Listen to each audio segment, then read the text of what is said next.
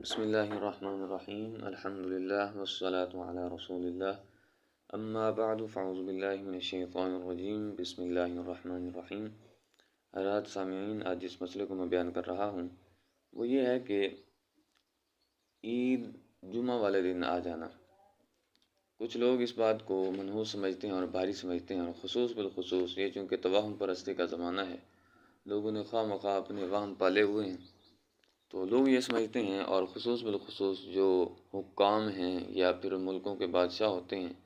ان کے حوالے سے چونکہ بات یہ مشہور کی جاتی ہے کہ جس دور میں، جس بادشاہ کے زمانے میں عید اور جمعہ ایک دن میں اکٹھے ہو جائیں تو اس کا زوال آ جاتا ہے اس حکومت کا۔ تو آیا کہ کیا ان کا یہ کہنا درست ہے یا نہیں، تو اس حوالے سے میں بیان کرنا جا رہا ہوں۔ تو اس حوالے سے احادیث مبارکہ کا جو بھی ذخیرہ ہے اس کے اندر بھی یہ چیز موجود ہے۔ باقاعدہ مصنف عبد الرزاق کے اندر یہ موجود ہے کہ حضور علیہ السلام کے زمانہ مبارک میں جب یوم جمعہ اور یوم فطر اکٹھے ہو گئے تو حضور علیہ السلام نے ارشاد فرمایا ان ھذا اليوم یوم قد اجتمع فیہ عیدان،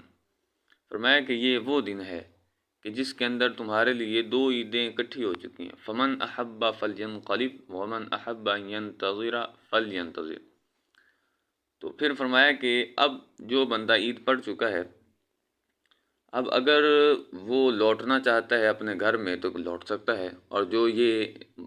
محبوب رکھتا ہے، اس بات کو پسند کرتا ہے کہ وہ انتظار کرے نماز جمعہ کا، تو وہ نماز جمعہ کا انتظار بھی کر سکتا ہے۔ تو یہ مصنف عبد الرزاق کے اندر یہ حدیث پاک موجود ہے۔ اور پھر ایک ساتھ اور بھی موجود ہے حضور علیہ السلام کا فرمان فمن کان من اہل العوالی، حضور علیہ السلام نے ارشاد فرمایا کہ جو بندہ اہل عوالی یعنی مضافات کا باشندہ ہے تو اس کے لیے میں یہ سمجھتا ہوں، یا حضور علیہ السلام نے فرمایا کہ اس کے لیے مستحب یہ ہے کہ وہ نماز جمعہ کے اندر حاضر ہو جائے، نماز جمعہ تک ٹھہرا رہے، اور جو بندہ لوٹنا چاہتا ہے تو اس کو میں اجازت دیتا ہوں۔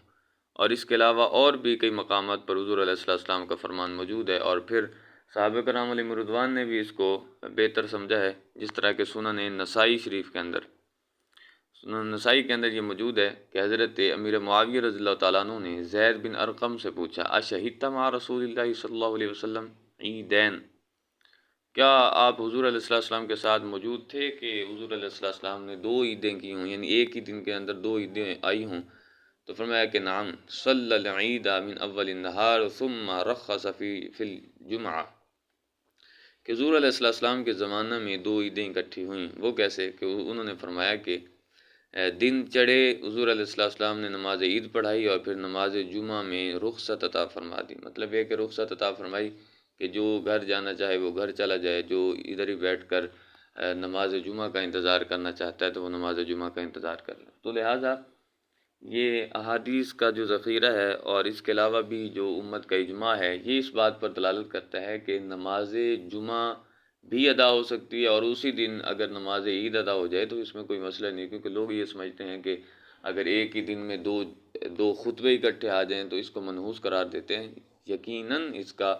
شریعت سے کوئی تعلق نہیں ہے، بلکہ اس کو حضور علیہ السلام نے خیر اور بھلائی کے ساتھ تعبیر فرمایا کہ یہ تمہارے لیے بہتر ہے کہ رب ذوالجلال نے ایک ہی دن کے اندر تمہیں دو عیدیں نصیب فرمائی۔